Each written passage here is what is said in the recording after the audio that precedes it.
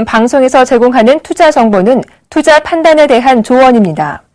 방송에서 제공하는 주식의 가치, 가격 상승 및 가격 하락에 대해서는 방송사에서 보장하지 않습니다.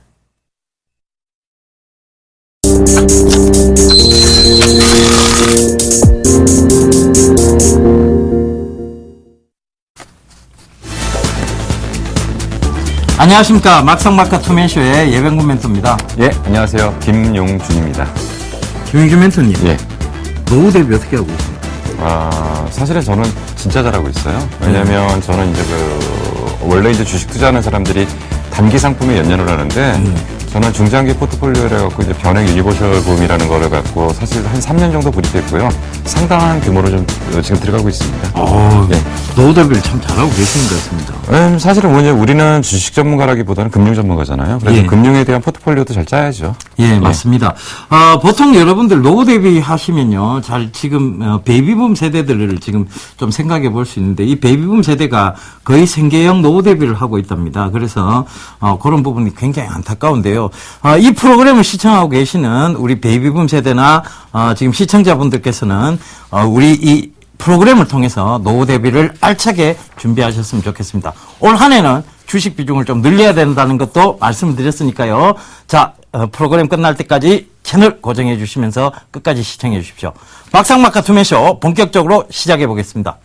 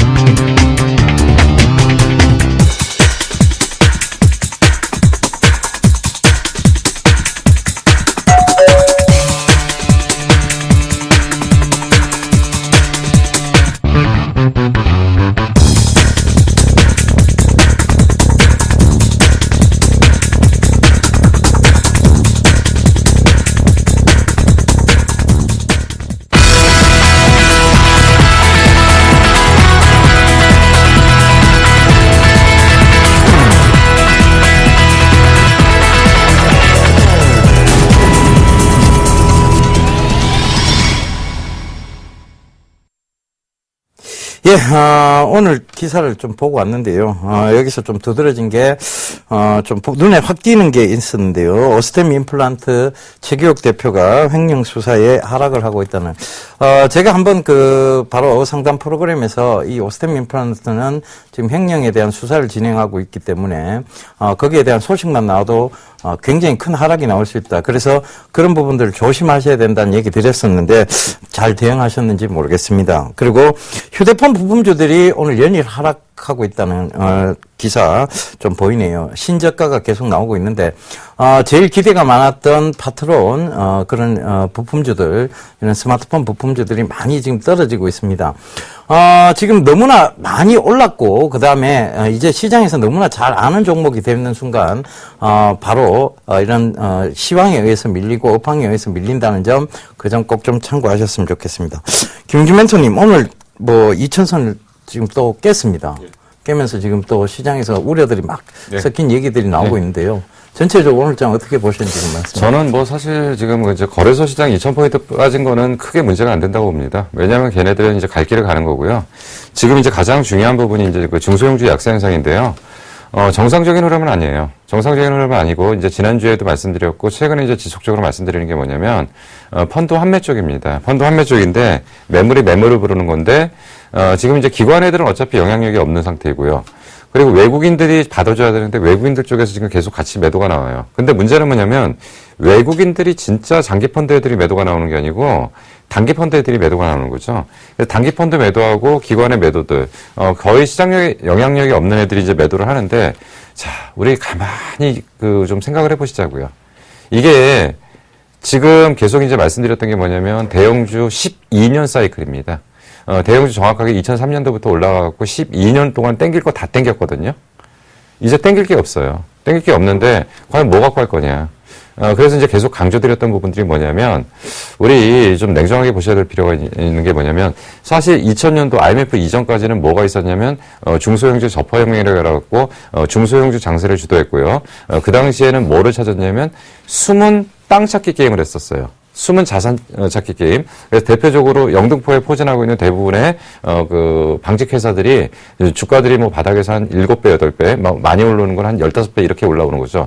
그 당시에는 제가 기억하기로는 어떤 분은 메모장에다가 꼼꼼히 써갖고 다닙니다. 무슨 얘기냐면 이 회사의 땅이 뭐가 있는지, 숨은 땅이 뭐가 있는지, 장부 가치가 반영이 안 됐는지. 우리는 얼마 전부터 뭐를 했냐면 중소형주 장세 랠리에 대한 장기 사이클을 얘기를 했고요. 거기에서 한 가지 좀 기억하셔야 될 게 뭐냐면, 이제는 숨은 땅 찾기 게임은 아니죠. 숨은 기술 찾기 게임입니다. 미래를 선점할 수 있는 기술을 찾는 업체들. 근데 중소형주가 딱 눈으로 보면은 순간순간에 빠질 때도 있고요. 차트가 무너질 때도 있습니다. 근데 제가 늘 말씀드리지만, 그놈의 차트 갖고서 돈을 버실 수 있냐는 거죠. 외국인이 파는 거 갖고 돈을 버실 수 있냐는 거죠. 그러면 순간적으로는 흔들릴 수 있어도 결국 전체적인 가야 될 길이 어딘지를 냉정하게 보셔야 될 필요가 있고요. 지금 많이들 흔들리세요. 근데 단어를 기억하실 게 아니고, 예를 들어서 제가 뭐를 말씀드렸을 때 이 종목 16,000원 갑니다가 아니고 16,000원을 어떻게 가는지에 대한 논리를 이해하셔야 돼요. 근데 지금 중소형주들의 움직임이 그렇습니다. 중소형주의 움직임들 냉정하게 보셔야 되고요.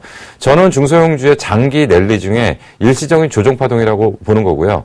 크게 문제 안 됩니다. 근데 하루하루를 지내시는 분들은 20% 빠졌는데 라고 하시는데, 20% 빠진 종목이 200% 올라갑니다. 근데 그거를 기다리셔야 되는데 매일매일 보시는 분들은 안 보이겠죠. 그래서 중소형주의 약세 일시적으로 나타날 수 있습니다. 그리고 조금 더 진행될 수 있어요. 근데 이 부분은 크게 큰 그림에서는 무시하셔도 되는 거고요. 장기적인 쪽에서는 긍정적으로 보셔야 될 거고요. 결국 좋은 종목을 찾는 게임들은 지속적으로 하셔야 된다라고 판단이 됩니다. 예, 정말 좋은 얘기 해주셨습니다. 일단은 너무 단기적인 흐름을 보고 접근하지 말고 중장기적 관점을 보라는 얘기 정말 좋은 얘기입니다. 그리고 중소형주 저도 강조드렸던 부분이 바로 성장성 있는 중소형주에 대한 부분이었는데요.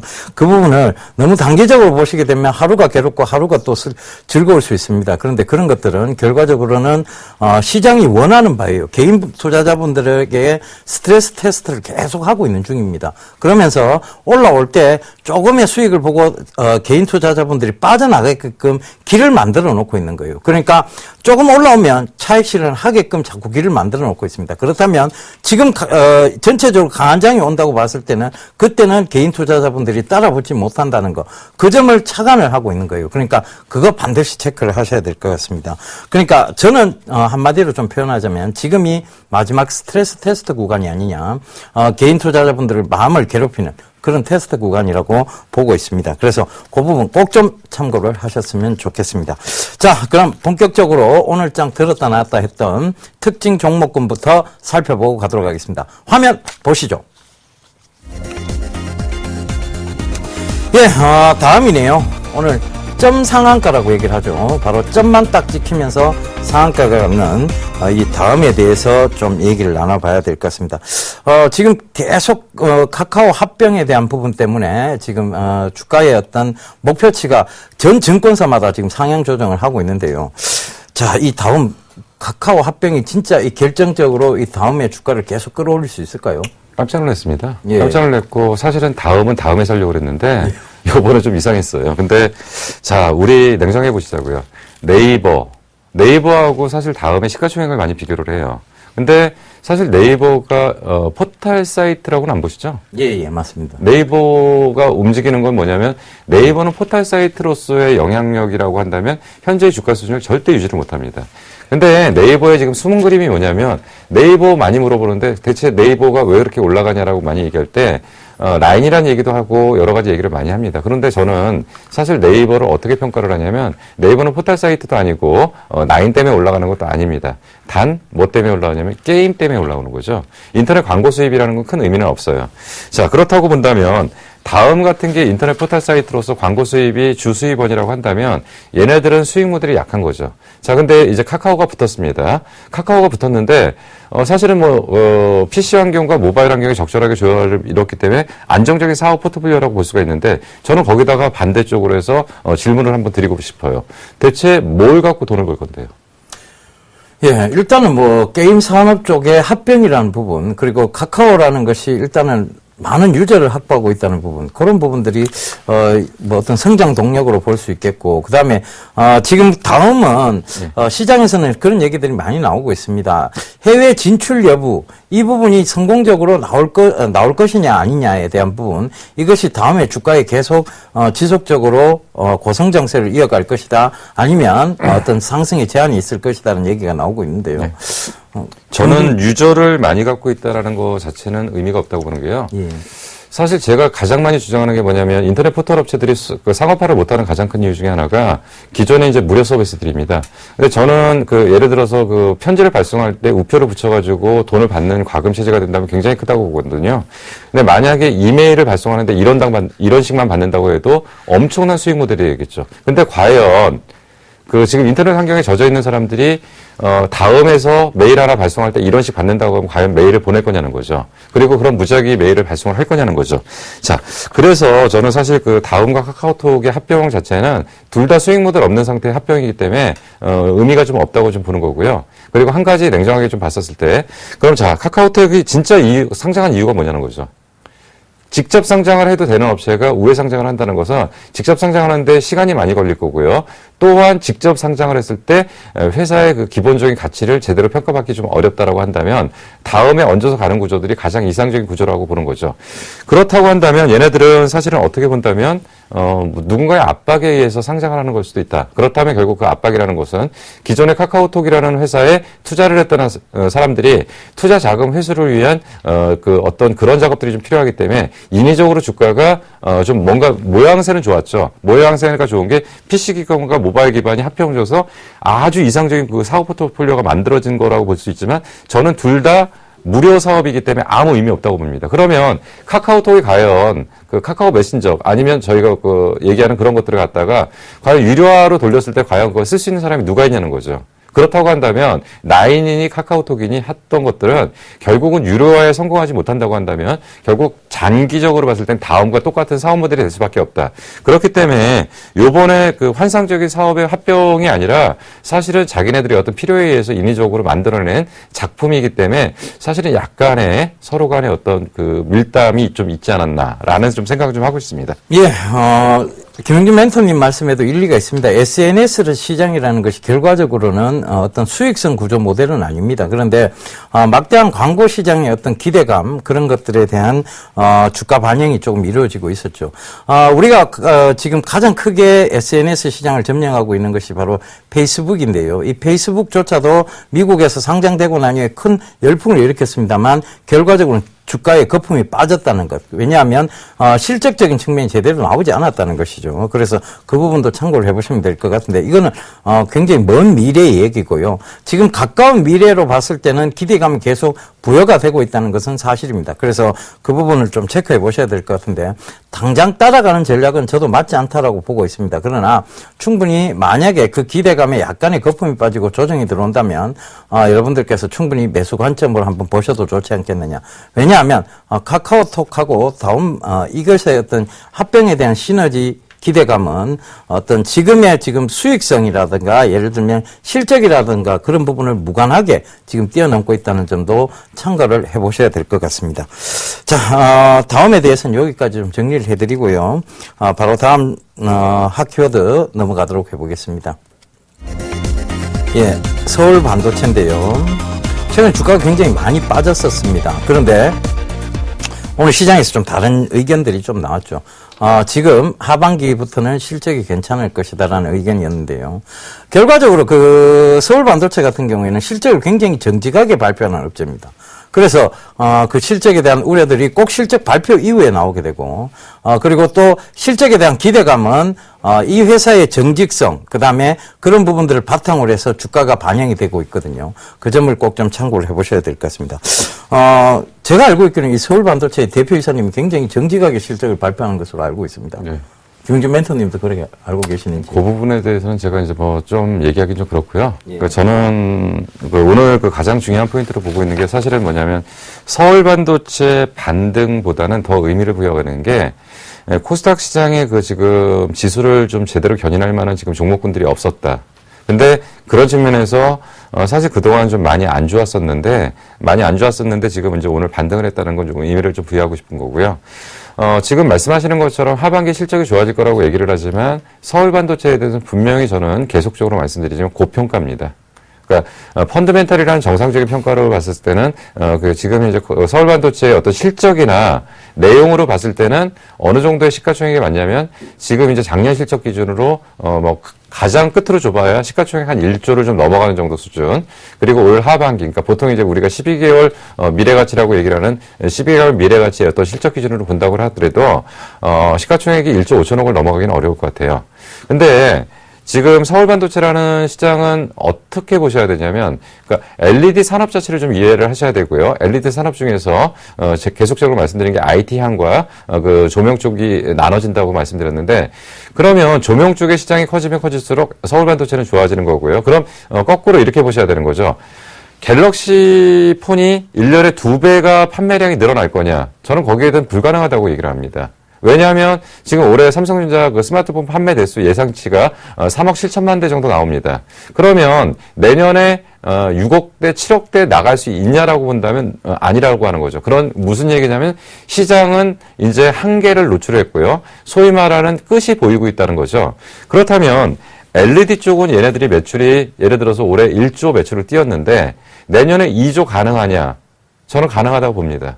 그렇기 때문에 성장성이라는 것은 항상 프리미엄을 주고 사는 거고요. 그리고 성장주에 대해서는 항상 시장에서 프리미엄을 주는 거죠. 근데 문제가 뭐냐면 꿈만 갖고서 성장성만 얘기하는 것은 택도 없는 얘기라는 거죠. 그런데 LED 업황들은 그동안 상당히 오랫동안 고생을 하고 이제 실적이라는 부분이 실질적으로 숫자로 붙고 있고요. 그리고 모든 환경들이 제대로 잡혀가고 있다. 그렇기 때문에 서울 반도체 같은 경우는 다소 고평가를 인정하더라도 주가는 점진적으로 상승할 수 있는데 지금까지 빠진 가장 큰 이유는 뭐냐면 그동안 너무 많이 올랐다는 거죠. 정확하게 작년 2월 달부터 올해까지 5만 원까지 찍었으니까 2.5배 정도 올랐습니다. 1년 동안에 1년 반 정도. 그럼 그동안 올라오는 과정에서 외국인이 거의 다 집중적으로 미는 거죠. 외국인이 올라오는 과정에서 얼마 정도 샀냐면 한 1,200만 주 정도 샀어요. 얘네들이 총 발행 주식수가 5,800만 주인데 얘네들이 외국인이 1,200만 주를 들어오면서 엄청난 물량을 사 들어오기 때문에 주가는 올라갈 수밖에 없었던 거고요. 그런 거에 대한 어떤 기간 조정, 가격 조정이 있는 거고, 그리고 향후 미래에는 정상적으로 더 많이 올라간다라고 일단 볼 수가 있는 종목입니다. 그렇기 때문에 사실 서울 반도체 같은 게 하방을 잡고 자리를 잡아준다면 코스닥 전체 그리고 중소형주 그리고 제가 말씀드린 신성장 쪽의 어떤 방향들이 잡혀가는 과정들이라고 일단 볼 수가 있기 때문에 그런 맥락에서 사실 서울 반도체의 오늘 주가의 반등은 굉장히 의미가 있다. 그럼 저는 지금 서울 반도체를 어떻게 보냐면 하단은 잡혔다. 그렇다면 추가적으로 하단을 더 확인할 수는 있겠지만 하단과 상단을 잡는 박스권에서 기간 조정이 진행될 가능성이 상당히 크고요. 그리고 나서 말씀하신 것처럼 하반기에 실적이 붙어 나오면 점진적으로 주가는 레벨업 할 거다. 근데 지금은 하방을 잡은 상태에서 그 코스닥 지수의 최악의 상황을 막아줄 수 있는 어떤 업종 대표주 내지는 코스닥 지수 대표주의 상황들이 좀 긍정적으로 나오기 때문에 오늘은 이런 부분은 어쨌든 간에 바닥권에 있는 코스닥 지수를 감안했을 때는 상당히 의미 있는 반전이 아닌가라는 판단을 하고 있습니다. 예, 전체적으로 좀 판단을 해 주셨는데요. 일단은, 저는 조금, 이 부분에서 좀 구체적으로 디테일하게 좀 말씀을 드리자면, 조명 시장, LED 조명 시장을 가지고 있고, 그 다음에, 바로 이 스마트폰 쪽에, IT 쪽에 매출 확보를 하고 있습니다. 그런데, 이 서울 반도체가 IT 쪽 매출이 좀 줄었어요. 그러니까, 그러면서 실적이 조금 악화가 되었던 것이고, 그 부분이 반영이 됐습니다만, 이 IT 쪽을 대체할 만한 또 새로운 바로 매출처를 확보를 했죠. 바로 어디냐면 글로벌 자동차 회사들, 그 자동차형 글로벌 매출 고객처를 다수 확보했다는 것입니다. 지금 자동차에 보면 대다수 등 부분들이 라이트 부분들이 지금 LED 조명으로 교체가 돼 들어가고 있어요. 안개등도 그렇고 여러분들 심지어는 깜빡이 등, 그다음에 테일램프, 그다음에 실내 조명 등까지 전부 LED로 교체가 되고 있다는 점. 그렇다면 이 부분에서 자동차형 매출이 계속 지속적으로 대체를 해줄 것이고, 대체를 해준다면 지금 서울 반도체의 주가는 성장성을 더 부각받을 수 있다는 개념입니다. 그래서 그런 부분들을 꼭 좀 참고하셨으면 좋겠습니다. 자, 이제 세 번째 핫키워드 보고 가도록 하겠습니다. 저희가 출연할 때마다 LG전자가 좀 오르는 것 같아요. 제가 김은규 멘토님하고 출연할 때마다 늘 화요일 날이었는데 이 LG전자가 어김없이 화요일 되면 조금 오르는 그런 모습들 보이고 있습니다. 자, 오늘도 화요일이라서 LG전자가 올랐네요. 일단은 LG전자가 오늘 좀 상승을 했습니다. 그러면서 장기간의 어떤 저항대를 조금 뚫는 모습을 보였는데요. LG전자 이제 계속 갈까요? 이제 우리 잘 알지만, LG전자가 주가가 올라가려고 그러면 뭐가 살아야 되냐, 무선사업부가 살아야 되는 거죠. 네, 무선사업부가 살아야 되는 건 결국 이제 스마트폰을 많이 팔아야 되고 핸드폰을 많이 팔아야 되는 건데, 자, 이제 우리가 이제 어디까지 왔냐면 조금 이제 위험수위가 왔어요. 위험수위가 온 게 무슨 얘기냐면, 스마트폰 판매 업체, 아니면 핸드폰 판매 업체 세계 1위 업체는 삼성전자죠. 그리고 2위는 애플입니다. 3위가 어딜까요? ZT, 화웨이 이런 쪽 아닙니까? 예, 그러니까요. 그러니까 다 중국 업체죠. 예, 중국. 그리고 이제 5위가 LG입니다. 근데 LG가 이제 최근에 올라오는 게 이제 G3, 그러니까 원래 이제 G2라는 거는 사실 IT 쪽의 전문 용어고요. 근데 이제 얘네들이 이제 G2폰이라는 얘기를 했고, 그래서 이제 G3폰이라는 얘기를 하는데요. G3폰에 대한 기대감이라고 얘기를 합니다. 차이는 뭐냐면, JT나 이제 하웨이 쪽이나 아니면 이런 쪽들보다 장점은 뭐냐면 기술력이 좀 앞서 있다는 거죠. 근데 지금 이제 내수 기반을 탄탄히 갖고 있는 중국 업체들이 치고 나오는 속도들이 상당히 무섭습니다. 얘네들이 지금 성장률이 어느 정도냐면 분기별 성장률이 거의 100%대에 달하고 있어요. 그러니까 폭발적인 성장들을 하고 있습니다. 사실 우리가 알고 있는 핸드폰 업체들은 노키아니 이런 것들이고요. 근데 그런 것들이 없어진 지가 꽤 오래됐어요. 그리고 이제 사실 일본 쪽에서 IT 쪽에 대한 방향들 잘못 잡아갖고 한국에 뺏긴 거고요. 한국이 여기서 조금만 실수를 하면 바로 중국에 뺏깁니다. 무슨 얘기냐면 사실 이제 LG전자가 가장 주가가 올라가려고 한다면 스마트폰의 점유율을 높여야 되는데 스마트폰의 점유율을 높이기가 쉽지가 않을 것 같아요. 그럼에도 불구하고 자꾸 신제품에 대한 기대감 얘기를 계속 하는데 신제품에 기술의 문제가 있는 건 아니에요. 기술의 문제가 있는 건 아닌데 과연 어떤 시장 기반을 뺏어올 수 있냐라고 한다면 시장은 기술만 갖고 안 되는 거고 마케팅이 필요한 거고요. 그리고 뭔가 정책적인 방향들이 좀 필요한 거죠. 근데 사실 삼성이나 LG전자나 좀 조심을 해야 될 것 같아요. 왜냐하면 얘네들 지금 치고 나온 속도가 예사롭지가 않거든요. 그러니까 애플한테 우리가 문화를 뺏겼다면 하드웨어는 뺏어왔다고 한다면 이제는 하드웨어를 치고 나오는 중국의 속도가 너무 무섭다는 거죠. 그래서 얘네들이 좀 뭔가 차별화 전략들이 좀 필요한 상황이고요. 지금 LG전자가 저는 중장기적으로 지금 다시 3위권으로 진입하기는 어렵다고 봅니다. 그렇다고 한다면 LG전자의 주가를 재평가 받아야 될 이유는 하나도 없다라고 지금 보는 거고 결국은 LG그룹에서 다루는 IT 쪽에 어떤 대안들이 좀 있다라고 본다면 모르겠는데 LG 역시도 삼성전자 역시도 이제는 스마트폰의 영업이익의 점유율이 너무 높기 때문에 이것들에 대처를 할 수 있는 대안들이 나오지 않는 이상은 주가가 폭발적으로 상승하기는 어렵다. 그렇다고 한다면 일시적인 신제품 효과라든지 일시적인 분위기는 탈 수는 있겠지만 이게 중장기적으로 예전에 우리가 생각했던 그런 강력한 상승 파동을 얻기는 어렵다. 물론 단기적으로 한 20% 구간이라든지 한 30% 정도 구간의 상승은 있을 수 있지만 그거 이상의 추세적인 상승을 하기는 좀 어렵지 않은가 좀 생각하기 때문에 사실은 LG전자는 조금 좀 제가 볼 때는 추세적인 상승보다는 바닥권에서 등락이 반복되는 이런 패턴이 되지 않을까 생각이 듭니다. 예, LG전자 저는 조금 쉽게 일단 좀 풀어가 보도록 하겠습니다.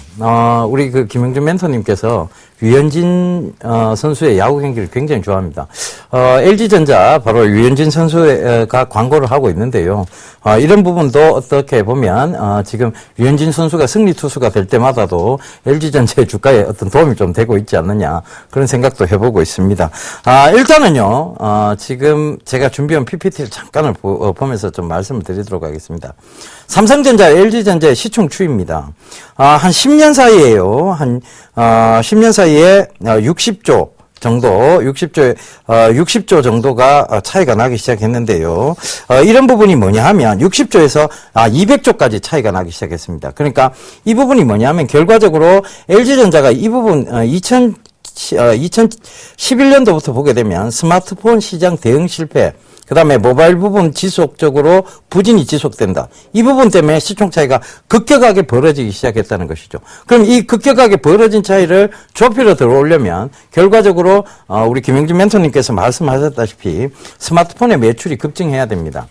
이 부분이 꼭 참고가 돼야 될 것 같은데 스마트폰이 계속 어떤 기술력과 마케팅 쪽으로 인해서 저는 조금씩 매출이 지금 살아 돌아 올라오고 있다라고 보고 있는 입장이고 그런 의미에서 본다면 LG전자의 추가 상승 가능하다라고 보여집니다. 물론 쉽게 가지는 않겠습니다. 그렇지만 흔들더라도 갈 때는 분명히 갈 자리라는 거 생각을 해보셔야 될 것 같고요. LG전자가 이 외에도 지금 제습기라든가 여러 가지 라인업 쪽에서 전체적으로 캐파, 즉 실적적인 측면들이 다시 돌아오고 있다는 점도 여러분들께서 체크를 한번 해보셔야 될 것 같습니다.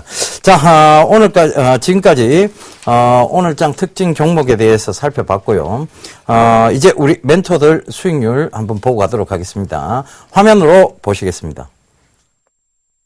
5월 27일 화요일 막상막하 투맨쇼 포트폴리오 수익률 확인해 보도록 하겠습니다. 먼저 예병구 만토의 포트폴리오입니다. 현재 포트에는 총 4종목이 편입되어 있는데요. NI스틸 오늘장 1.76% 상승 마감하면서 현재 6.8%의 수익률을 기록하고 있고요. 전 종목 보유 의견 주셨습니다. 다음은 김용주 멘토의 포트폴리오입니다. 디지털 옵틱이 오늘장 손절가인 14,000원을 터치하면서 마이너스 14.4%의 손실로 매도 확정 처리가 됐습니다. 나머지 종목은 보유 의견 주셨네요. 다음은 오늘장 막상막하 투맨쇼 멘토별 포트폴리오 수정사항입니다. 먼저 정동우 멘토의 컴투스가 오늘장 목표가 44,000원을 터치하면서 12.1%로 차익 실현에 성공했고요. 그동안 투맨쇼 수익률 1위를 석권했던 정재호 멘토의 삼화 네트웍스가 오늘장 익절가 2,900원을 터치하면서 84.1%의 수익률로 차익 실현에 성공했습니다. 이번에는 포트폴리오 수익률 베스트입니다. 오늘장 수익률 베스트 먼저 2위부터 확인해 보도록 하겠는데요. 예병군 멘토의 바텍이 37.2%로 2위를 차지를 했고요. 조민규 멘토의 유니테스트가 18.5%로 여전히 3위를 기록하고 있는 모습입니다. 4위는 오세기 멘토의 쌍용 머트리얼이 17%를, 5위는 나모누 멘토의 쌍용차가 15.2%를 기록하고 있네요. 그렇다면 오늘장 막상막하 투맨쇼 수익률 베스트 1위는 과연 누가 차지했을까요? 정재훈 멘토의 삼화 네트웍스가 84.1%의 수익률로 계속해서 1위 자리를 빛내고 있네요. 이번에는 누적 수익률 베스트입니다. 1위는 역시 정재훈 멘토가 차지를 했습니다. 누적 수익률 115.9%를 기록했고요. 조민규 멘토가 61.6%로 2위를, 정동우 멘토가 39.9%로 3위를 기록하고 있습니다. 마지막으로 막상막하 투맨쇼 명예의 전당입니다. 정재호 멘토의 삼화 네트웍스가 84.1%로 첫 금메달을 획득했는데요. 정재호 멘토 축하드립니다. 여러분의 수익률을 책임지고 있는 막상막하 투맨쇼. 과연 내일장 포트폴리오 순위에는 어떤 변동률이 생길지 멘토들의 내일장 수익률도 많이 기대해 주시기 바랍니다.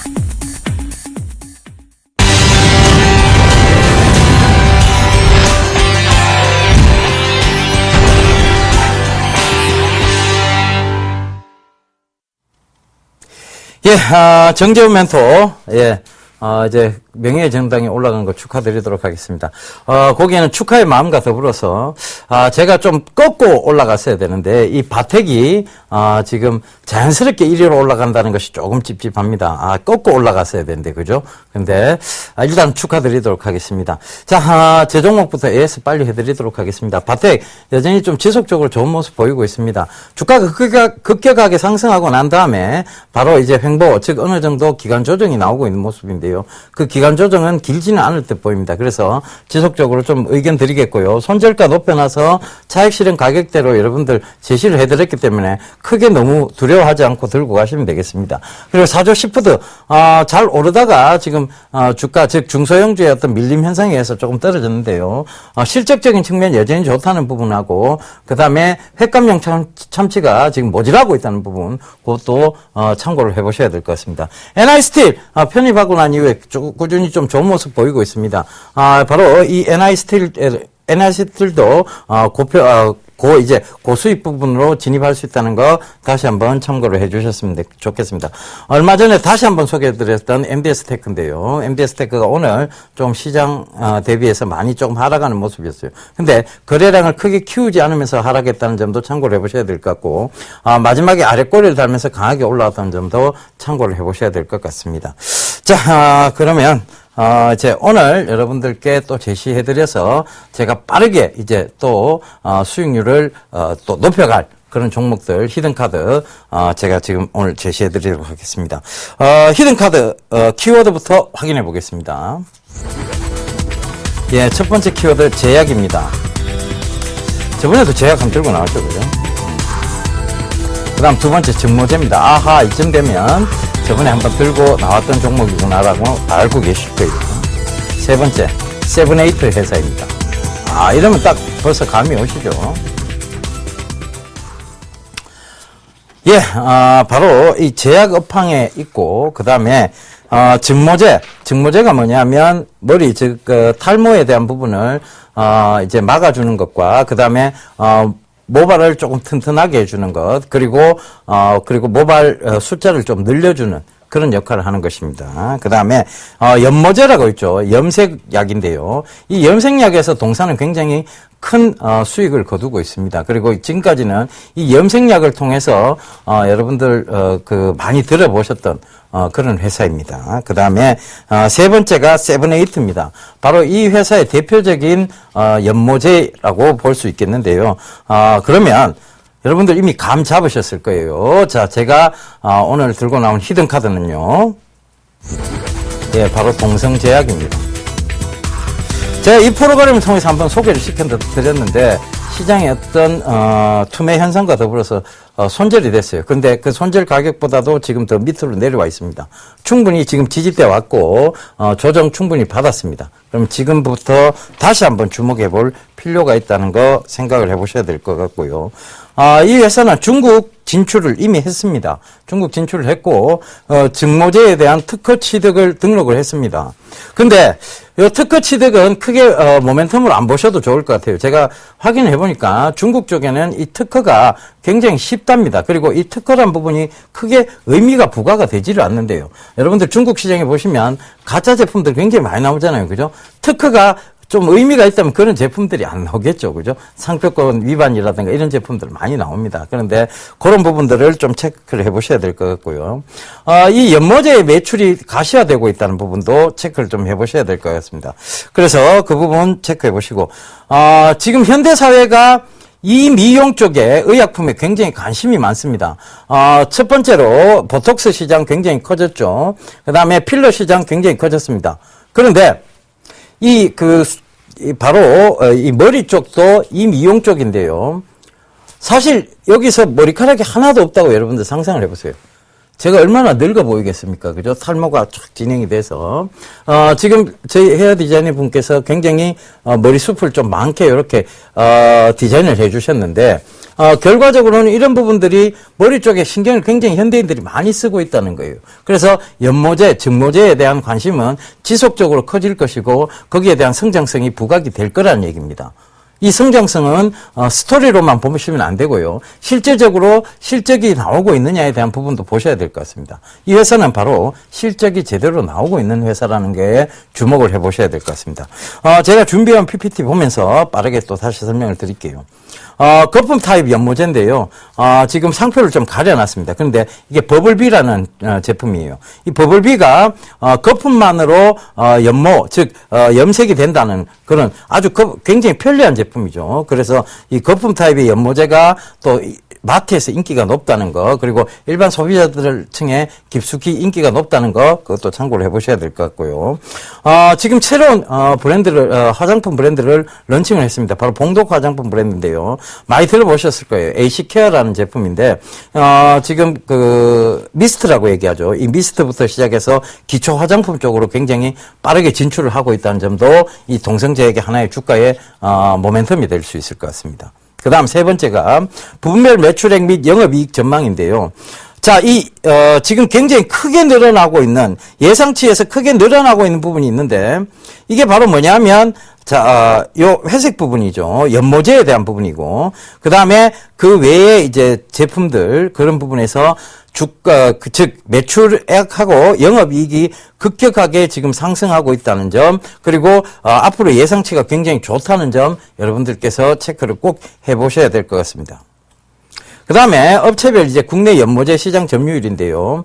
동성제약이 가장 높습니다. 단연히 1위죠. 그 다음에 동아제약이 있고 중해제약이 있고 소망제약이 있는데, 동성제약이 이 머리 쪽에서는 굉장히 빠르게 지금 특히 두피 쪽 관련해서는 굉장히 빠르게 시장 점유율을 이미 해놓고 있고 어떤 브랜드로 자리 잡고 있다는 점도 여러분들께서 이 동사의 어떤 주가에 관심을 가져보실 만한 내용이라고 보여집니다. 그래서 이 모든 부분들이 조합이 돼서 바로 이 동성제약은 주가가 장기적으로 우상향할 수 있는, 즉 성장성을 갖추었다라고 볼 수 있겠는데요.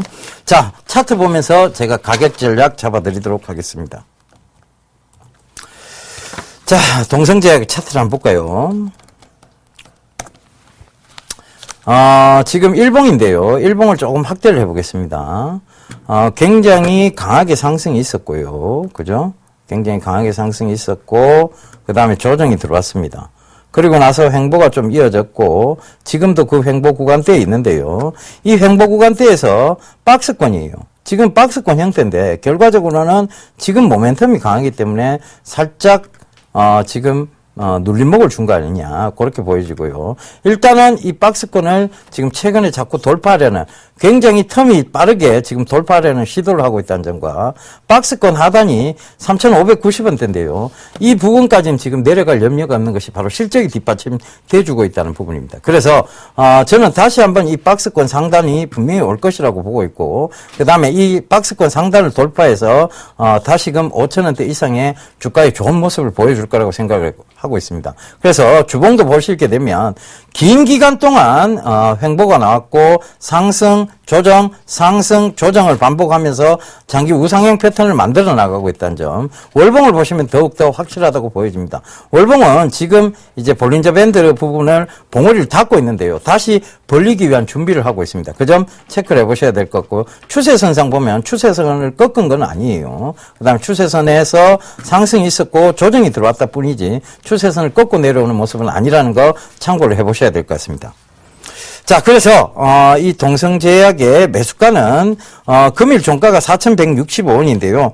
금일 종가로 매수가를 설정을 한번 해보겠습니다. 그리고 목표가는요. 일단은 전과 동일하게 4,940원 정도를 잡겠습니다. 5,000원 부근인데요. 여기까지는 충분히 상승할 수 있다라고 보여지니까 그 점 참고해 보시고요.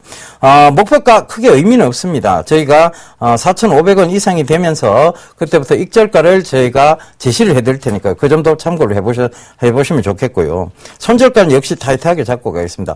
이 선이 만약 3,890원이 무너지게 되면 다시 3,590원대의 재매수 전략을 한번 잡아보도록 하겠습니다.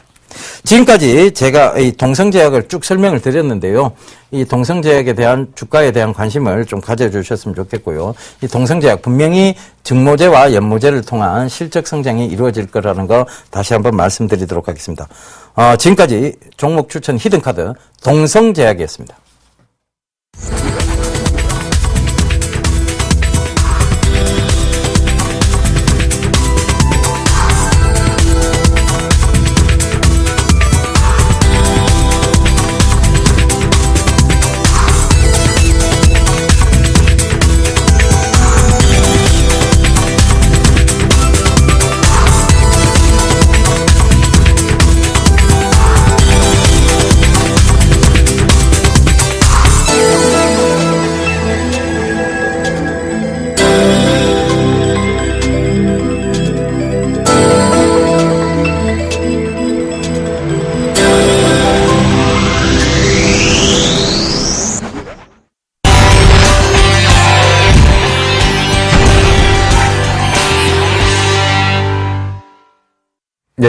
일단 지금 이번 시간이 이제 종목 히든카드를 설명하는 시간인데요. 오늘은 사실 이제 그 별도의 히든카드를 또 준비하는 것들 자체가 의미가 없다고 일단 판단을 하고요.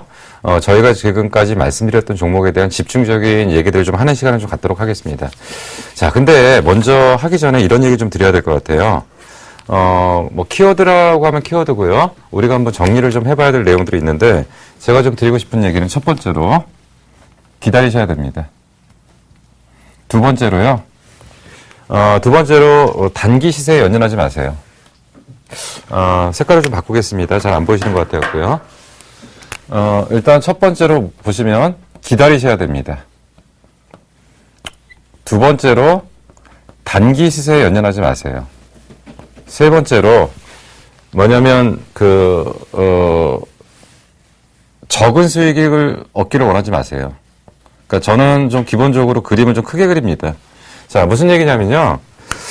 지금 이제 그 종목을 사신 분들이 대부분 그럽니다. 두 부류입니다. 종목을 사신 분들이 두 부류인데요. 첫 번째로는 제가 하는 얘기를 충분히 이해를 하고 제대로 사신 분들이 있어요. 그러면 그런 분들은 대부분 뭐라고 그러냐면, 자기들은 중장기 투자를 하겠다라고 얘기를 합니다. 근데 최근에 어떤 분들이 형성됐냐면, 제가 어느 순간인가 종목을 얘기하니까 주가가 폭등을 하기 시작했어요. 그건 다들 아실 겁니다. 그래서 뭐냐면 단기 시세에 욕심 영역에 들어가셔가지고 단기적으로 걸리신 분들이 굉장히 많습니다. 그래놓고 뭐라고 하냐면 얼마 간대드랍밖에 기억을 못하세요. 무슨 얘기를 아무것도 이해를 못하세요. 결국은 종목이 좋고 나쁘고를 떠나서 종목에 대한 기본적인 내용을 이해를 못하시면은 이 종목이 올라가면 왜 올라가는지 모르고요. 빠지면 왜 빠지는지 모릅니다. 이걸 갖다 차트로 설명할 수 있나요? 절대 못합니다. 차트 깨졌다고요? 외국인이 판다고요? 기관이 판다고요? 그거 갖고 여지껏 돈 벌어보신 계신가요? 물론 단타는 치실 수 있어요. 그리고 차트가 21선 무너지고요. 역배열되고 그거 대한민국에서 그거 차트 못 보시는 분 계신가요? 근데 문제는 뭐냐면 단기 욕심 영역에 들어가셔서 차트 무너지니까 이상하다라고 얘기를 하시는데요. 기다리셔야 되는 이유가 뭐냐면 내용을 이해하셔야 돼요. 똑같은 얘기가 계속 반복되는데도 불구하고 안 들려요. 뭐냐면 내가 듣고 싶은 얘기만 듣습니다. 무슨 얘기냐면 그래 놓고 딴 데 가서 또 이거 차트 어떠냐고 물어보는데 당연히 차트 안 좋죠. 똑같은 얘기입니다. 무슨 얘기냐면 기다리셔야 돼요. 기다리셔야 되는데 뭘 기다리시냐면 기다릴 만한 이유가 있을 때 기다리는 겁니다. 근데 아무 의미 없이 손실났기 때문에 기다리는 것도 굉장히 무의미한 겁니다. 근데 그 논리를 정확하게 이해하시면 기다리는 이유가 왜 그런지를 아실 거예요. 자, 또 한 가지로, 그러니까 역시 이제 단기적으로나 기다리시라는. 근데 기다리는 과정 속에서 매일매일의 시세를 보면서 기다리시면 답답하신 거죠. 근데 무슨 얘기를 하냐면 모든 주가는 결정적인 모멘텀이 있어요. 예를 들어서 어떤 대형주는 실적이 좋아지거나 실적 발표가 긍정적으로 나왔을 때 주가가 반영되는 경우가 있습니다. 아니면 이 회사는 실적도 좋고 모든 것들이 다 좋은데 문제는 뭐냐면 이게 나와야지 주가가 가요. 그 단어를 이해하셔야 돼요. 거꾸로 제가 한 예를 들면 제가 그 A3 라인들 얘기하거나 그 OLED 장비주 얘기할 때 뭐라고 그랬냐면 A3 삼성 발주 나와야 됩니다. 수없이 말씀드려도 이거는 이해를 못 하세요. 그리고 아니 그런가 보다. 문제는 다음에 주가는 왜 안 가? 이게 앞뒤 문맥이 안 맞아요. 얘가 좀 늦었기 때문에 시점이 예상보다 좀 지연되는 건데 그럼 얘가 가기 위해서는 얘가 나와야 되는 거죠. 근데 문제는 뭐냐면 얘가 그날 나왔어요. 그날 나왔는데 주가가 못 가요. 일시적으로 단기 차익 매물들이 소화가 되면서 그 물량을 소화해서 제대로 가는 경우들이 있습니다. 그래서 자꾸 기억하시라고 하는 게 뭐냐면 원익 IPS를 기억하셔야 된다라고 얘기했는데 정확하게 작년 9월 말에 발주 나오고 올라갔다가 조정받고 다시 올라가서 지금 계속 신고가 행진 중이잖아요. 단기 시세에 연연하지 마시고 기다리셔야 됩니다. 그리고 뭐냐면 제대로 아는 종목은 제대로 실을 수가 있어요. 10% 실어서 10% 벌면 계좌에서 몇 프로 버냐면 1% 버는 겁니다. 이거 무슨 의미가 있어요? 계좌 기여도 1%가. 한 달에 1%씩만 나오면 1년이면 12%니까 이거는 의미가 있어요. 근데 이렇게 계속 나올 수 있나요? 계속 말씀드리는 게 뭐냐면 제대로 된 종목을 가지고서 50%고 100%고 실어서요. 20% 벌면 이거는 계좌의 기여도가 10%입니다. 이건 의미가 있어요. 그래서 어설프게 하는 종목 갖고 5분 차트 갖고 10분 차트 갖고 단타 쳐봐야 그게 답이 나오나요? 그리고 차트가 산다고 해서 그게 무슨 의미가 있나요? 결국 차트는 인위적으로 항상 바뀌는 겁니다. 그래서 제가 지금 키워드를 드린 게 뭐냐면 너무 단기에 연연하지 마시고 기다리시라는 얘기고요.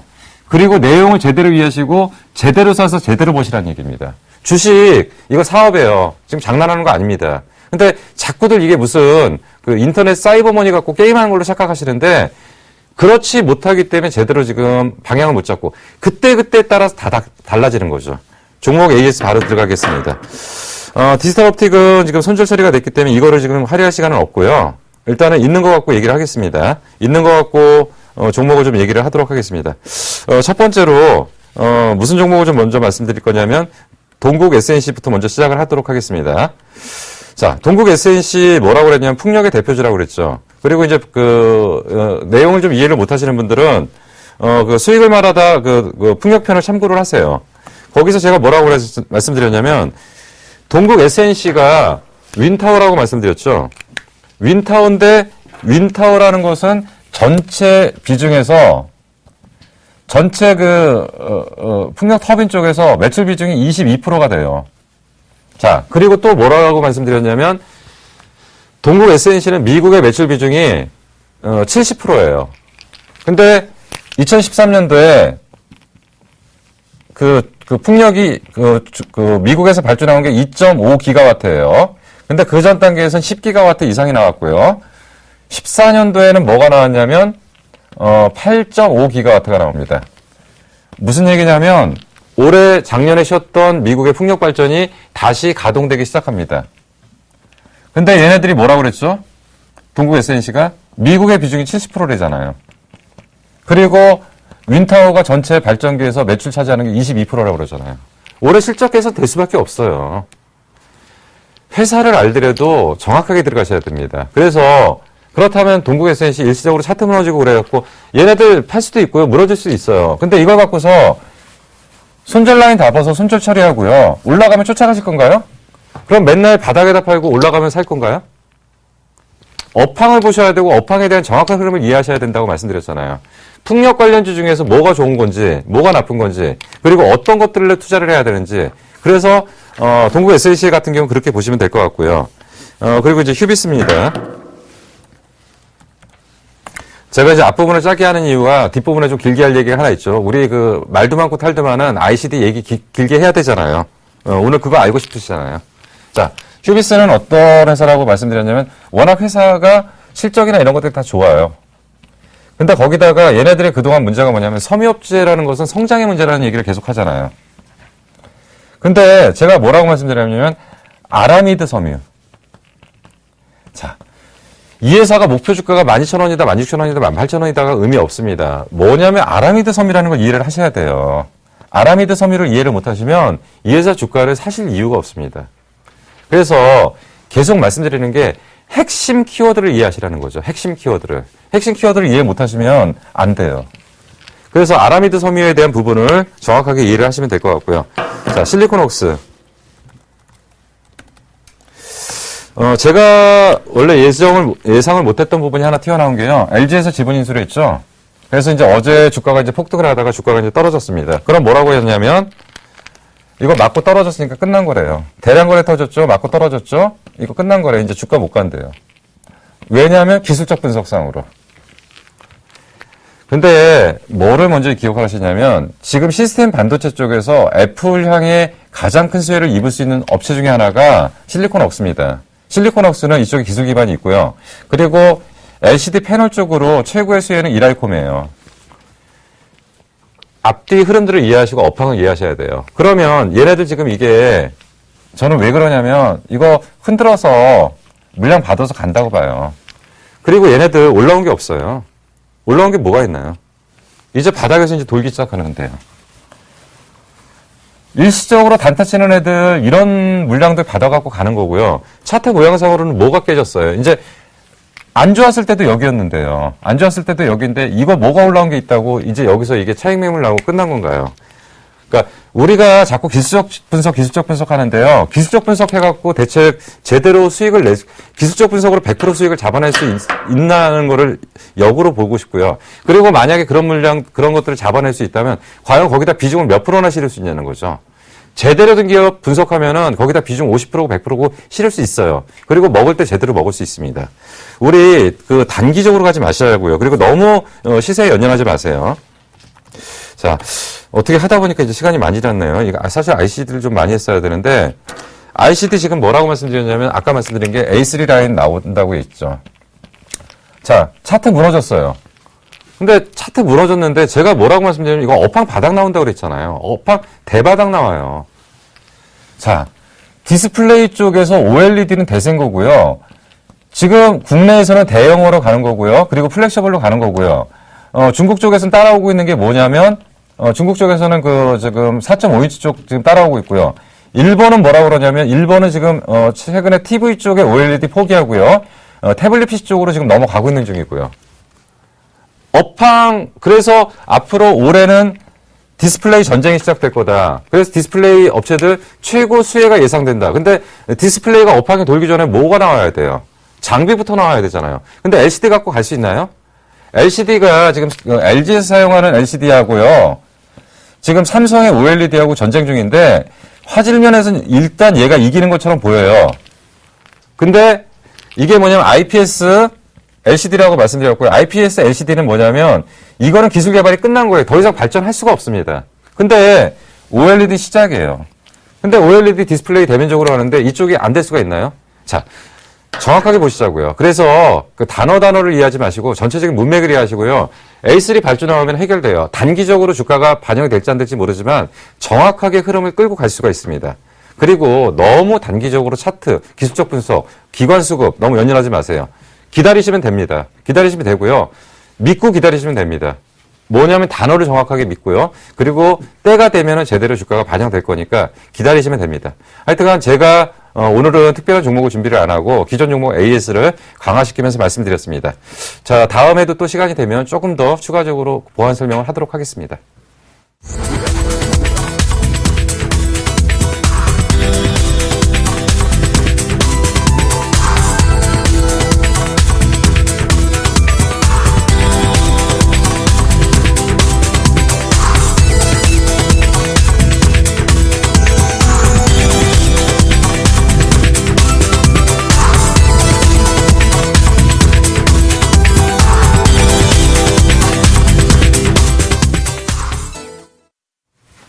예, 시장은 여전히 상승 가닥 속에 있다라고 모든 전문가들께서 얘기를 하고 있습니다. 여러분 너무 불안해하는 마음보다는 차분한 대응이 꼭 필요하다는 거 말씀드리면서 저희 이만 물러가도록 하겠습니다. 저희는 다음 주 화요일 날 다시 인사드리도록 하겠습니다. 수익 내러 오세요.